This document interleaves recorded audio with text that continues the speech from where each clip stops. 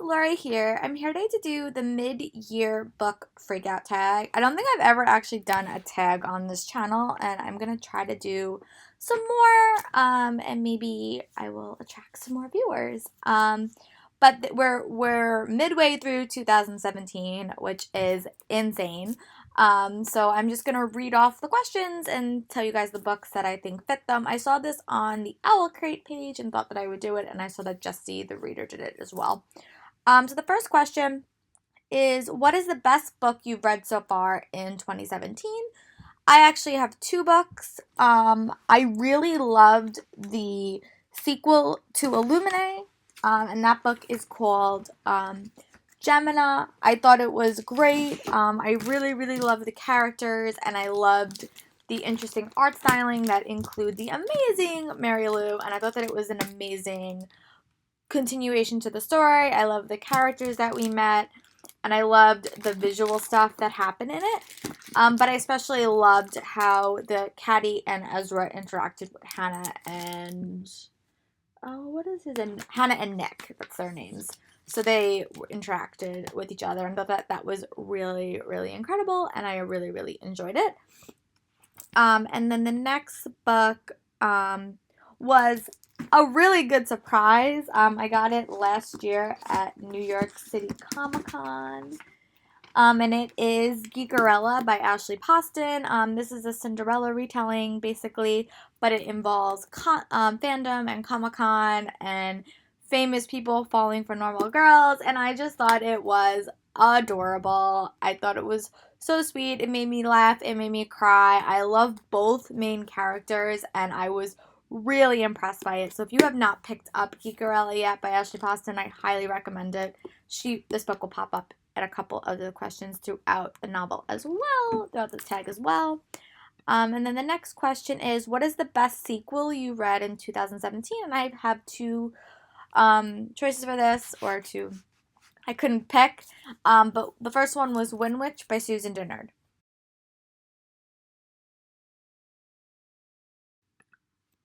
It took me a while to get into Witch by Susan Dennard, but I adored Witch. I thought it was like a step up. I thought that the world building was spectacular. I thought that the various point of views that we got were all really needed and essential because the characters are in all different locations throughout this world. I loved the focus on the Prince Merrick, and I really loved the story as an all, and I thought that it was much better paced, and the world building was much stronger than I had read in Witch. So I give this 5 stars, and I think I gave Witch 3 stars. So if you really struggle to get through Witch, I highly recommend Witch, and I'm so excited for Blood Witch when it comes out next year. And then the next book was actually a conclusion to a series, and that is Their Fractured Light by Amy Kaufman and Megan.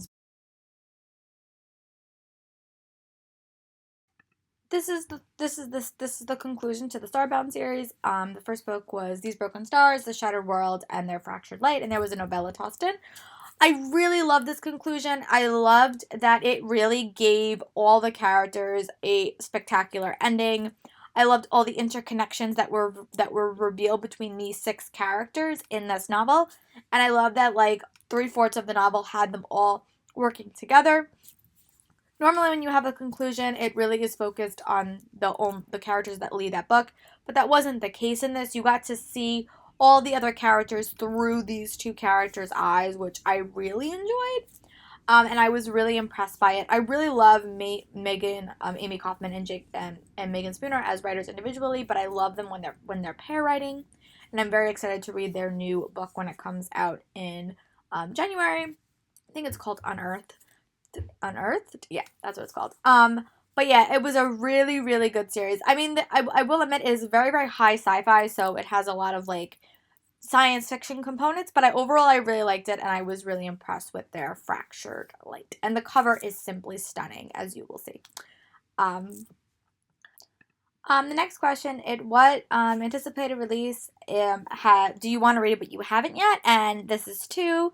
I really want to read. I'm actually in the middle of. I just like started. I'm 10 pages in but Rick Riordan's The Trials of Apollo, The Dark Prophecy. This came out in May, and it is the sequel to The Hidden Oracle.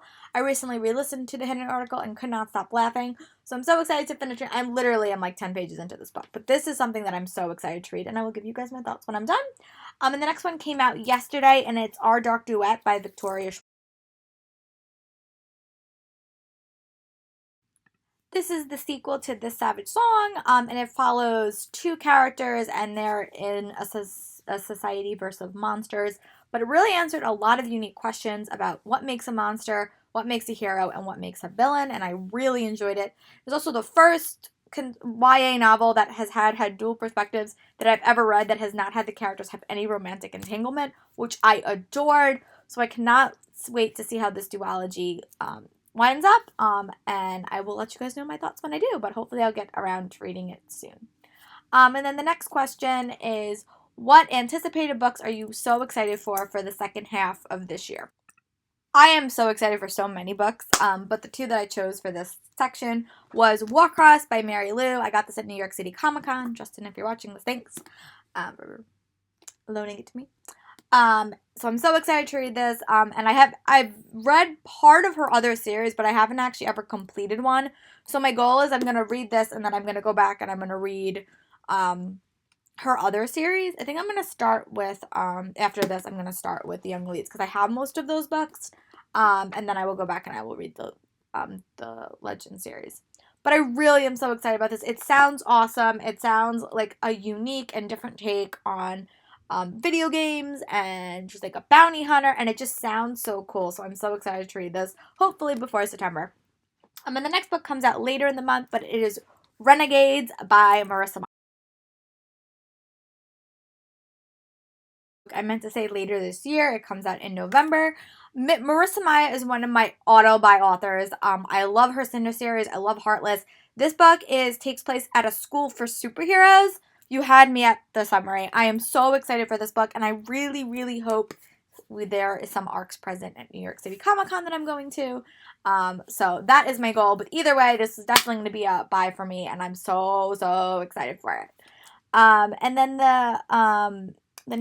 the next question is, what is your biggest disappointment read for 2017? I really have enjoyed mostly everything that I've read this year. The only book that I just was not fond of was The Cruelty by Scott Bergstrom. I got this at New York City Comic Con as an ARC. I got to meet the author, and I felt like his description didn't really match what the book was about, but it was okay.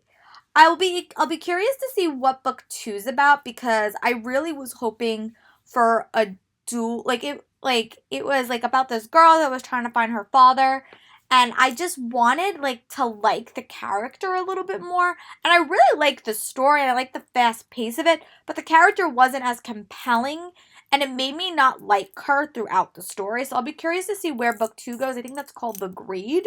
So I'll definitely check it out, maybe as a rent from the library, but it just wasn't my favorite. But it was very, very nice meeting him, and I was happy to read the book, so hopefully I'll be able to give Reed a higher rating. The next question is kind of tied. It's the biggest surprise and your new favorite author, and they both are both Ashley Paston and Friggy Gorella. I read this kind of on a whim because my friend was kept telling me, you have to read this, you have to read it. We got it together in New York City Comic Con, and I started reading it the end of April. I think I read it in a day and a half. It was so addicting, and I really, really loved it. So this was my best surprise. I normally love contemporary retellings, but this one just had the perfect mix of fantasy, fandom, Hollywood life, and a perfect love story. So I really loved this. And I loved Ashley Paston. I think that she's a great author, and I'm hopefully going to get some more books by her this year and read them. But I thought that she really got her topic, and I think she really understands fandom life, and I love authors that really embrace that and use that in their work and make it realistic. I've heard of some other books in the past that have used fandom life and kind of made it be a bad thing, but this did not have that feel at all. So if you're looking for a really cute contemporary, I would highly check it out and read the other books by Ashley Paston as well. Next one is, who is your new fictional crush this year? And this is tied from Reed, from the upside of Unrequited. He is just the perfect dream boy, and I loved him so much. I was so excited to meet him. I thought that his relationship with Molly was just spectacular, so he had to be added on this list, and he just made my heart hurt, and I love Reed. If I could take Reed out of the book and hug him, I think I would. And then he is tied with Darian Friedman from Geekarello, who is the Hollywood heartthrob that winds up portraying this Hollywood character, and Ella falls for him in an unexpected way, and I loved him. I loved both his actor side, but also him being a fan, and I just loved how he was really on a self-discovery novel, self-discovery journey as well, but I loved him, and I just, both these guys really, really made me want to be like, can I just take you out of the novel and just keep you for a couple of months? That'd be great. But yeah, overall, really, really great. And the next question is, who is your favorite new character that you have met this year? That is tied. I really loved Molly and the upside of Unrequited. I thought her journey was really unique and really different. A lot of self-discovery, and her relationship with her sister being such an integral part of her life, again, was really, really special, and I really, really grew to love her. And I love that she grew to love herself throughout that book, and that is a message that all girls need to hear. She is tied with Hannah from Gemini, who I also really loved. I loved how brave and strong and ferocious she was in her ability, her desire to live and save the people on the ship as much as she could. She just really was a badass. So if you have not read Gemini, I highly recommend it, because she needs to be read, and in a contemporary version, so does Molly. So make sure you check out these two amazing heroines. The next question is, what book made you cry? It is really hard to make me cry during reading a book. It's really, like, next to impossible. But I will admit, and there has been I really did cry during Geekarella. There was, like, 2 scenes, and I'm just, like, I was, like, bawling. I was like, this is ridiculous. I'm crying over contemporary. But there was just, like, a couple of scenes in here between Ella and Darian that really made me cry, and there was a couple between Ella and her new best friend that really made me cry, and I was just like, I'm done. So this book definitely made me cry. So if you're looking for kind of a heartfelt contemporary, I would definitely check it out. But yeah, this book definitely made me cry. Now for the book that made me smile. It's The Explorers by Adrian Kress. I got this at New York City Comic Con. It's about this guy named, what's his name? I think his name is Sebastian, and he winds up getting sucked into this world of no lists and kind of insanity for a little boy. But it just, his learning that you don't have to be perfect and not everything has to be perfect was just amazing, and him falling into this world of fantasy and mysticalism just was so, so fun. So if you want like a really, really fun read, I highly recommend The Explorers. Middle grade is not normally where I go for fun, so this was definitely succeeded in that location. What is best movie adaptation? So the problem is I haven't actually seen any movie adaptations from books. I've watched them on TV, so that's what I'm gonna do. So sorry, question. But my best TV adaptation is probably 13 Reasons Why. The book is by Jay Asher. The TV show really blew me away. I had not read the book previously, but I binge watched it in about 12 hours or 20 hours. It was incredible. It is a very, very hard watch at points, especially like the last couple of episodes. But I really thought it dealt with the topic of suicide and in a really like effective way and a honest way. And I think that I did a review on my channel called 13 Reasons Why Book vs. TV, and I talked a little bit about the controversy in there. And I think that some people automatically assume if you show suicide, you're glorifying it, and I think that is a debate that is something that's not always equatable. But I really loved it, and I loved the acting, and I thought the acting was incredible, and it really raised the piece to another level. I'm really excited that we got a season 2. So, but that was definitely my favorite adaptation that I've seen this year. And if you're able to watch it, I highly recommend it. And then the next question is, what is your favorite review or video that you did this year? Well, a couple of weeks ago, I started a book blog. It's called Laura's Bookish Corner. It will be linked in the description box. So that was actually kind of a new venture for me, and I'm actually really excited about it. I previously had a blog, and I still have it on Book Likes, but I wanted to do it more catered to my own taste, and I started doing memes, which I really liked, and I didn't know about that before. But my favorite video was probably my book haul from from New York City Comic Con, which is a while ago, and also my book haul from BookCon, because I just love, like, getting all the books together and kind of talking about my experience. So those videos you can find on my channel. If I remember, I'll try to link them in the description box. But and also my blog. But I really love working on my blog, and I've been posting there almost every day. The only day I don't post there is on Sundays, but every day we'll have some type of post. Every day we'll have a meme, and then mostly reviews as well when I'm finished reading books. But yeah, I was super excited about that venture and those videos that I created. Next question is, what is the prettiest cover book you bought this year? And that is Roar by Cora Carmack. Can we just admire this cover for a second? It's simply stunning. So I really hope to read this. I think the Bookish podcast I'm on, we're going to do this as a review for July. So I'm very excited to read this soon. And then the last question is, what books must you read by the end of the year? I have 3. It is Roar by Cora Carmack, which I'm very excited to read. Renegades by Marissa Meyer, as I've talked about before. And Warbringer by Leigh Bardugo, which, if you've been living under a rock and have not heard about these books, go do some research. They're really, really awesome, and I cannot wait to read them.